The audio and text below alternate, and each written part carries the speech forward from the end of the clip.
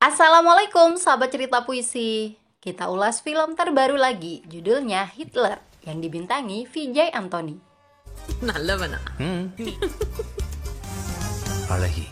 Film tahun 2024 ini bercerita tentang penduduk desa yang marah dengan seorang koruptor. Sebelum ke alur ceritanya, Mimin mau sapa dulu para penonton tercinta, diantaranya Adi di Mandailing, Pon dari Aceh Biren, Kade Anggi di Lampung Utara, Ezil di Malang, Mita di Sumbawa, Hozaimi di Sumeneb, Aat di Jepara, Haris di Dompu, Hendra di Jakarta Selatan, Siti Malika di Hong Kong, dan semuanya dimanapun berada.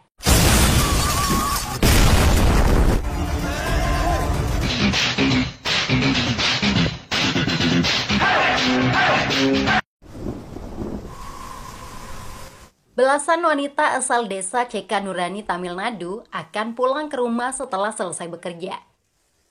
Mereka biasa berjalan melintasi sungai dengan tali. Maklum saja, janji pemerintah yang akan membangun jembatan hanya pepesan kosong. Air sungai yang biasanya hanya sampai lutut, kini arusnya keras dan dalam akibat hujan deras. Masalahnya tidak ada jalan lain untuk pulang. Mereka harus segera sampai rumah untuk memasakkan anak dan suami. Para wanita tangguh itu terpaksa memberanikan diri melintasi sungai dengan berpegangan pada tali, termasuk salah seorang wanita yang sedang hamil besar.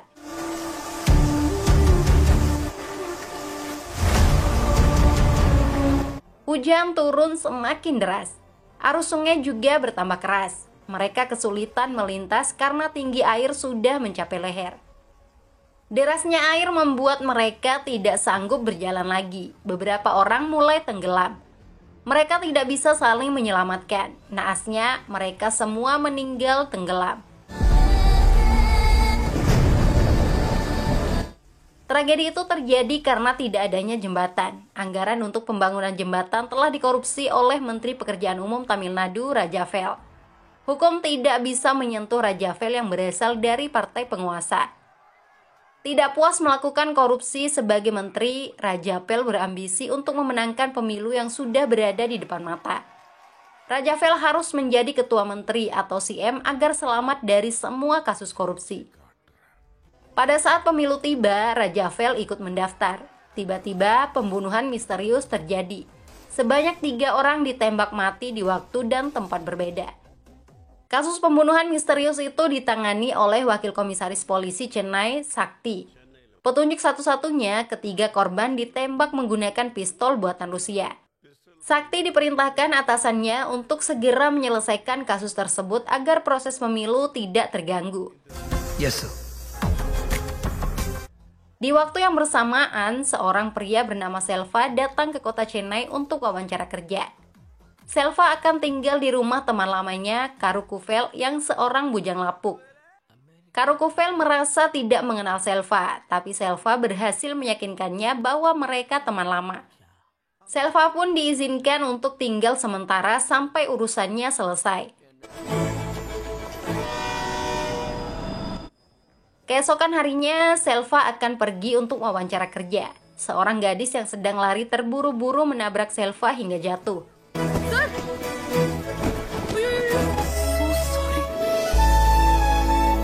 Gadis bernama Sarah itu minta maaf dan bergegas naik kereta api. Selva sama sekali tidak marah. Sepertinya dia telah kepincut dengan kecantikan Sarah. Selva mencari Sarah di kereta api, tapi Sarah memilih menghindar dan cepat-cepat kabur. Sarah pergi terburu-buru karena sudah terlambat masuk kantor. Atasannya di kantor tidak bisa mentolerir lagi. Sarah dipecat karena sering terlambat. Pemecatan itu membuat Sarah pulang dengan wajah sedih. Selva justru muncul lagi di kereta api. Sarah jadi kesal karena merasa diusik.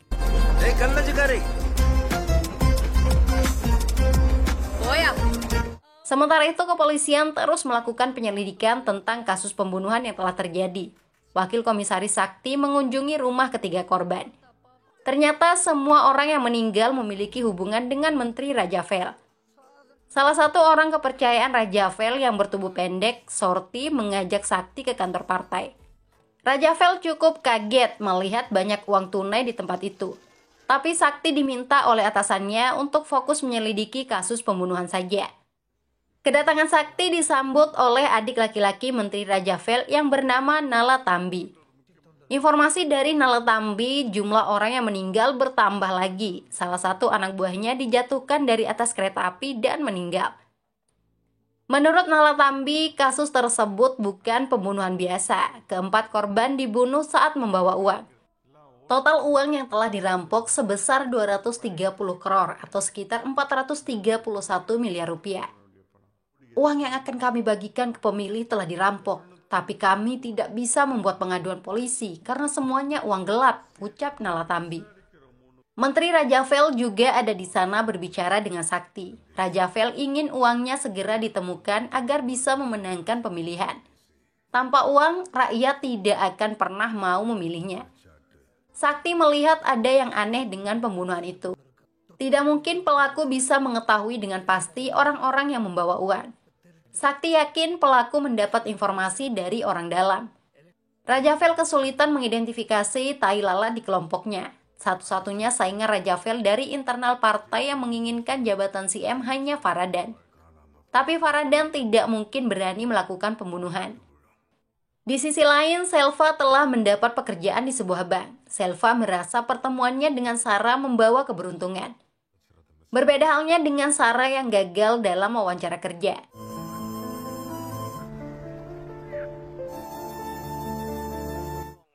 Sarah yang sedang frustasi meminta ditraktir, apalagi wajah Sarah membawa keberuntungan bagi Selva. Tentu saja Selva dengan senang hati mengabulkan permintaan itu. Selva membawa Sarah ke sebuah klub hotel. Mereka berdua jadi mulai akrab.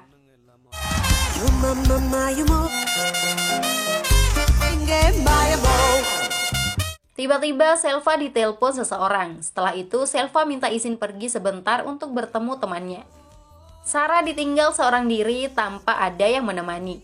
Seorang pemuda pengunjung klub menggoda Sarah yang dilihat sendirian. Sarah dianggap gadis yang menjajakan diri. Sikap pemuda itu membuat Sarah tidak nyaman. Untungnya Selva sudah kembali dan menjitak pemuda kurang ajar itu. Selva kemudian memberikan Sarah bunga. Selva mengungkapkan perasaan cintanya. Sarah jadi salting ditembak seperti itu. Dia hanya terdiam karena belum memiliki perasaan yang sama. Selanjutnya Selva mengantar Sarah pulang. Dalam perjalanan, pria yang sempat dijitak kepalanya datang lagi membawa gek. Rupanya orang itu ingin balas dendam. Selva bukanlah pria penakut. Semua lawannya dihadapi dengan gagah berani. Selva sangat pandai bertarung. Dia mampu melawan satu geng seorang diri.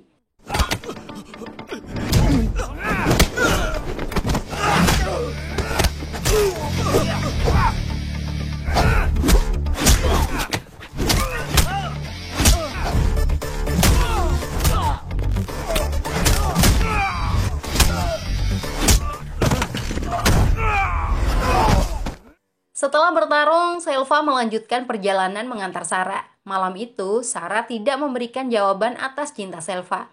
Tapi keesokan harinya, Sarah sendiri yang datang menemui Selva. Sarah memberikan jawaban tegas bahwa dirinya tidak mencintai Selva. Sarah meminta Selva tidak lagi mendekatinya. Cinta ditolak tidak membuat Selva patah hati. Dia tetap beraktivitas seperti biasa. Dan tanpa disadari, Sarah melihatnya di sebuah pusat pasien kanker. Sarah yang penasaran mengintip aktivitas Selva. Sarah kagum melihat kebaikan hati Selva yang rela menjadi badut untuk menghibur para pasien. Kekaguman itu mulai menumbuhkan benih-benih cinta di hati Sarah. Di tempat berbeda, Wakil Komisaris Sakti dikejutkan dengan pembunuhan yang semalam telah terjadi di sebuah kamar hotel. Korban merupakan anak buah Menteri Rajavel yang sedang membawa uang. Rekaman CCTV tidak bisa menunjukkan wajah pelaku. Untuk mengurai semua kasus pembunuhan, Sakti meminta keterangan Faradan yang merupakan saingan politik Rajavel. Faradan mengaku tidak terlibat dengan semua pembunuhan yang dituduhkan. Sikap Faradan yang begitu percaya diri membuat Rajavel yakin bahwa Faradan memang tidak bersalah. Untuk memancing pelaku sebenarnya keluar dari persembunyian, uang sebesar 150 crore kembali akan didistribusikan ke pemilih. Polisi bisa menangkap pelaku saat beraksi. Anak buah Raja Vel yang membawa uang naik kereta api. Kepolisian juga ikut naik melakukan pengawasan. Di kereta yang sama, ada Sarah yang bertemu lagi dengan Selva. Sarah mengajak Selva main petak umpet. Jika Selva berhasil menemukannya, Sarah akan bersedia menjadi pacar Selva. Permainan petak umpet antara Sarah dan Selva cukup seru, sampai-sampai Selva secara tidak sengaja menabrak penumpang lain saat mencari Sarah. Akibatnya keributan terjadi. Sakti dan anak buahnya tidak bisa melihat apa yang terjadi karena ramainya kerumunan. Pandangan Sakti juga terhalang penjual pisang. Setelah kereta berhenti, anak buah Raja Vel yang membawa uang ditemukan dalam kondisi babak belur. Sakti dibuat bingung, perampokan masih bisa terjadi. Selva sendiri masih sibuk bermain petak umpet. Setelah Sarah ditemukan, mereka akan menjadi sepasang kekasih. Sakti tidak begitu mempedulikan dua insan yang sedang jatuh cinta itu. Seorang pria menembak Sakti. Sialnya, peluru itu mengenai Selva. Sakti juga melepaskan tembakan dan ingin mengejar pelaku, tapi tidak mungkin dia meninggalkan orang yang terkena tembakan. Selva pun dibawa ke rumah sakit. Kepolisian telah gagal menangkap pelaku. Nalatambi sangat kecewa uang untuk pemilih masih bisa dirampok. Perhatian Sakti justru tertuju pada salah satu anak buah Nalatambi. Orang bernama Dharma itulah yang menembaknya di lokasi. Dharma mengaku tidak pernah berniat menembak polisi. Sasaran Dharma adalah pelaku yang menjara uang. Orang yang saya tembak itulah yang mengambil uang, ungkap Dharma. Sakti baru menyadari kekeliruannya. Ternyata Selva bukan korban salah tembak. Untuk memastikan itu, Sakti pergi melihat Selva di rumah sakit. Sakti berpura-pura tidak mencurigai Selva. Sikap Selva juga terlihat biasa-biasa saja. Sakti tidak bisa menangkap Selva tanpa bukti apapun. Untuk mendapatkan petunjuk, Sakti kembali memeriksa CCTV secara detail. Sakti mencurigai seorang pria berkacamata terlibat. Pria itu dan Selva ada di sana, termasuk pada saat penjarahan sebelumnya di kereta api. Selain itu, puluhan orang lainnya juga diyakini berkomplot untuk merampas uang. Semua orang di tempat kejadian merupakan satu geng. Mereka bekerja sama, baik orang tua, anak-anak maupun penjual pisang, ucap Sakti. Keyakinan Sakti tidak keliru. Ternyata geng yang terlibat menjara uang Menteri Raja Vel jumlahnya cukup banyak. Mereka sedang asik menghitung uang hasil jarahan. Selain pria, ibu-ibu juga terlibat. Bahkan anak-anak ada di sana ikut membantu suksesnya aksi penjarahan. Pria berkacamata yang dicurigai polisi merupakan salah satu tokoh geng penjara. Dia meminta semua orang untuk pulang ke desa karena pekerjaan di kota telah selesai. Selva sama sekali tidak terlihat bersama mereka. Tapi kepolisian terus mengawasi kehidupan Selva. Pemilik rumah tempat Selva tinggal, Karukavel, ditangkap untuk diinterogasi. Karukavel dihajar agar bicara jujur tentang identitas Selva. Masalahnya, Karukavel tidak banyak mengetahui latar belakang Selva. Karukavel hanya mengetahui Selva berasal dari desa Cekanurani. Sakti menugaskan Karukavel tetap melaporkan semua aktivitas Selva. Kamera tersembunyi juga harus dipasang di rumah agar kepolisian bisa memantau dari jarak jauh. Keesokan harinya, Selva bicara dengan bibi Sarah tentang hubungannya. Mengingat Sarah tinggal bersama bibinya setelah kedua orang tuanya meninggal. Selva memperkenalkan diri berasal dari desa Cekanurani. Selva yang seorang yatim piatu telah menjadi asisten manajer bank. Selva jamin bisa membahagiakan Sarah. Bibi Sarah merupakan orang yang baik hati. Hubungan itu tidak mungkin ditentang. Apalagi Sarah juga mencintai Selva. Restu pun diberikan untuk mereka menikah.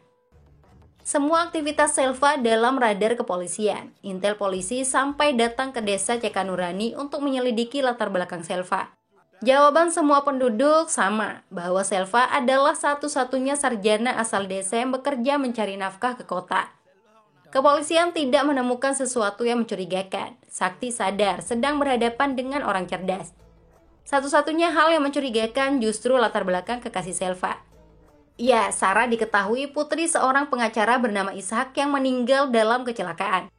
Polisi mengetahui kecelakaan itu adalah pembunuhan berencana karena Ishak berani melawan Menteri Raja Vel di persidangan. Sarah sendiri sedang asyik berbelanja kebutuhan pernikahan bersama Selva. Seorang pria berani mengambil foto Sarah secara diam-diam. Selva tidak suka dan menghajar pria itu.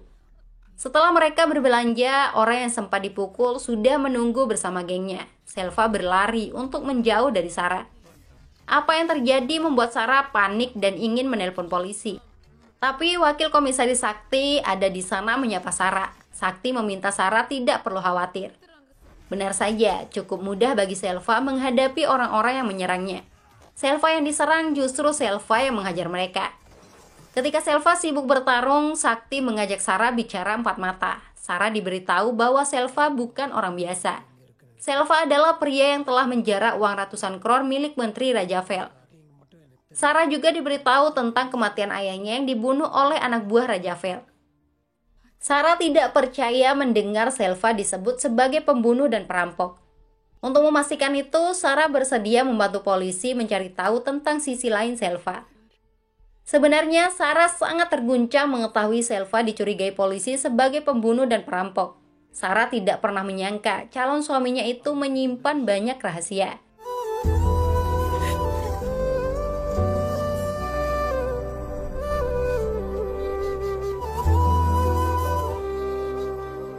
Situasi sangat tegang. Pemilihan juga tinggal beberapa hari lagi. Berdasarkan survei terbaru, suara Menteri Rajavel berada di posisi terbawah. Rajavel harus memenangkan pemilu. Rakyat hanya akan memilihnya jika diberi uang. Rajavel kesal dengan Nalatambi dan polisi yang gagal menangkap perampok. Seharusnya Nalatambi membunuh pelaku tanpa menunggu kepolisian yang lamban dalam bekerja.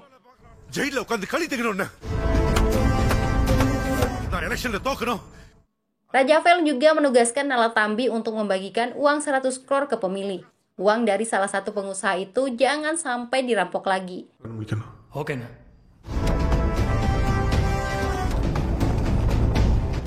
Sebenarnya kepolisian terus berusaha mengumpulkan bukti tentang Selva. Sarah yang sudah dilengkapi alat penyadap ditugaskan menemui Selva untuk mendapatkan pengakuannya. Selva sama sekali tidak curiga dengan kedatangan Sarah. Sikap jentil Sarah membuatnya terhanyut. Sarah mulai bicara tentang kekayaan Selva. Sebelum Selva bicara banyak, jepitan rambut Sarah yang menyimpan alat penyadap terjatuh. Raut wajah Selva berubah.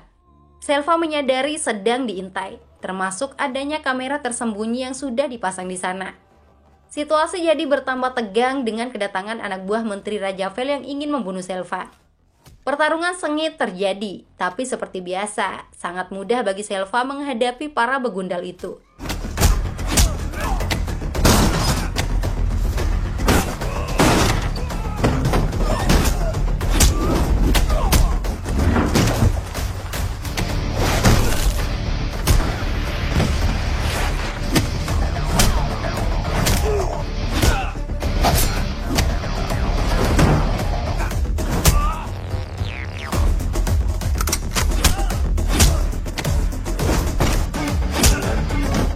Sakti turun dari mobil untuk menangkap Selva. Di bawah todongan senjata, Selva tidak bisa berbuat apa-apa. Hal itu dimanfaatkan oleh anak buah Rajavel untuk menculik Sarah. Selva dibawa ke kantor polisi untuk diinterogasi. Sakti menanyakan identitas Selva sebenarnya yang telah melakukan perampokan dan 5 pembunuhan. Selva dihajar karena tidak mau buka mulut. Sakti mendapat telepon dari Rajavel yang sudah tidak sabar uangnya dikembalikan. Apabila Selva tetap tidak mau bicara, Rajavel mengancam akan membunuh Sarah yang sudah dalam tahanannya. Sakti meminta Rajavel melepas Sarah. Gadis itu sama sekali tidak terlibat. Tapi Rajavel hanya akan membebaskan Sarah jika ditukar dengan Selva. Sakti kemudian meminta Selva bicara jujur demi keselamatan Sarah. Saat itulah Selva mengakui semua tindakannya. Cerita Sarah dan Selva sangat jauh berbeda. Sarah mengira Selva mengikutinya saat di kereta api, padahal Selva ikut naik untuk melakukan misi. Selva adalah tokoh utama yang bergerak bersama puluhan orang untuk membunuh dan merampok uang Menteri Rajavel. Begitu pula ketika Selva dan Sarah ada di sebuah klub hotel. Selva sempat minta izin pergi bukan untuk bertemu temannya, tapi untuk merampok uang Rajavel di salah satu kamar hotel. Lalu ketika Selva bermain petak umpet dengan Sarah, secara sengaja Selva menabrak salah satu anak buah Rajavel. Provokasi itu memancing keributan. Selva dan gengnya menghajar anak buah Menteri Rajavel yang membawa uang. Ibu-ibu dan bapak-bapak yang berkerumun juga anggota geng Selva sehingga pihak kepolisian terperdaya. Lalu di mana uang-uang yang telah dirampok, Selva tidak mau memberitahu sebelum Sarah dibebaskan. Selva justru meminta agar diserahkan ke Menteri Rajavel demi keselamatan Sarah. Setelah itu barulah Selva akan buka mulut. Sakti membawa Selva ke tempat menteri. Sesuai kesepakatan, Sarah dibebaskan. Sarah sama sekali tidak mau melihat wajah Selva. Sarah kecewa, marah, dan sakit hati karena merasa telah ditipu selama ini. Menteri Rajavel tidak ingin membuang-buang waktu lagi. Selva diminta mengembalikan uang yang telah dirampok. Selva justru menyebut uang itu telah habis digunakan. Jawaban Selva membuatnya disiksa. Ternyata perampokan dan pembunuhan yang dilakukan Selva terkait dengan tragedi tenggelamnya belasan wanita di awal film.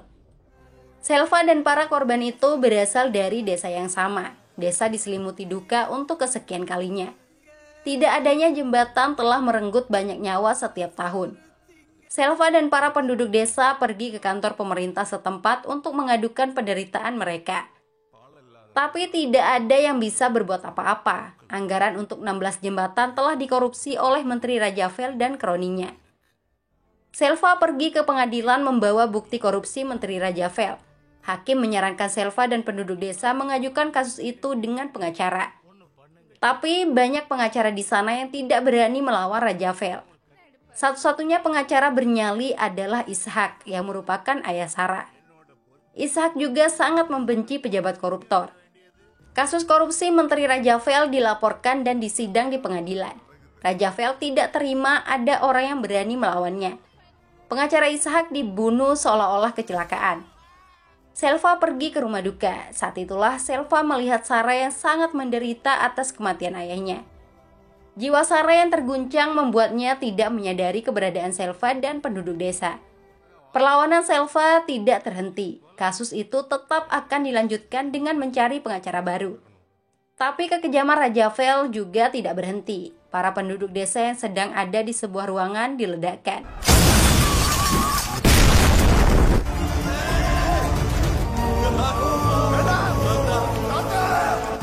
Dalam sekejap puluhan orang meninggal.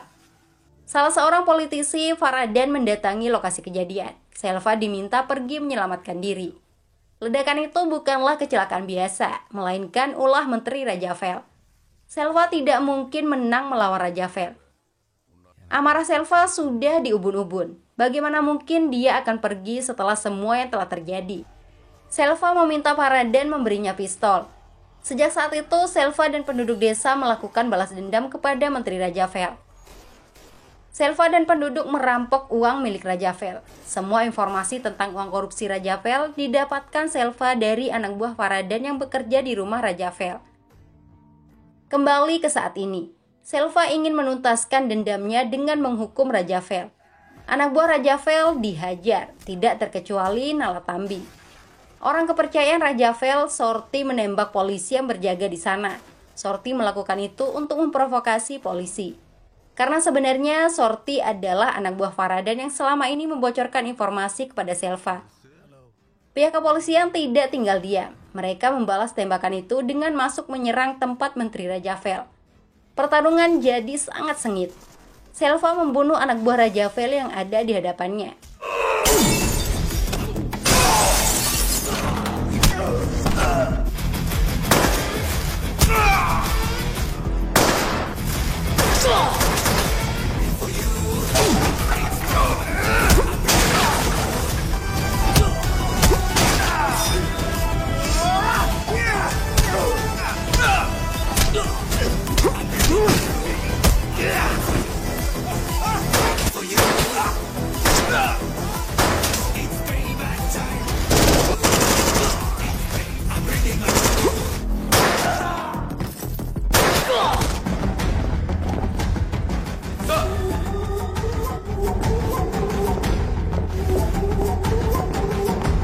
Duel sepadan terjadi antara Selva dan Nalatambi.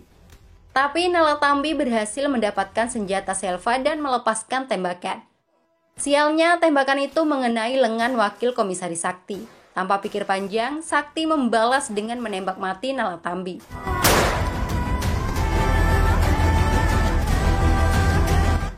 Kesempatan itu dimanfaatkan oleh Selva untuk membawa kabur uang 100 crore milik Rajavel.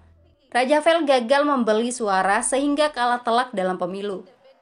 Kekalahan itu membuat penegak hukum berani menangkap Rajavel dengan kasus korupsi. Wakil Komisaris Sakti juga tetap memburu Selva. Dia pergi ke desa Selva dan harus menyeberangi sungai dengan tali.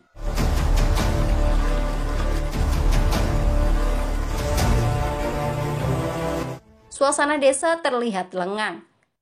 Ternyata semua penduduk sedang sibuk bekerja membangun jembatan dengan uang hasil rampokan. Selva tersenyum melihat kedatangan Sakti. Sarah juga ada di sana membantu Sakti. Sarah mendukung tindakan Selva setelah mengetahui alasannya. Sakti tidak bisa menangkap Selva begitu saja. Uang yang dirampok merupakan uang gelap sehingga tidak ada pengaduan. Bukti pembunuhan juga tidak bisa dikenakan. Barang bukti pistol ditemukan berada di tangan Nalatambi dan Sakti sendiri yang telah menembak Nalatambi. Sakti hanya terdiam dengan kecerdasan Selva yang bisa bebas dari jeratan hukum. Film pun selesai sampai di sana. Sudah dulu ya, sampai jumpa. Wassalam, bye-bye.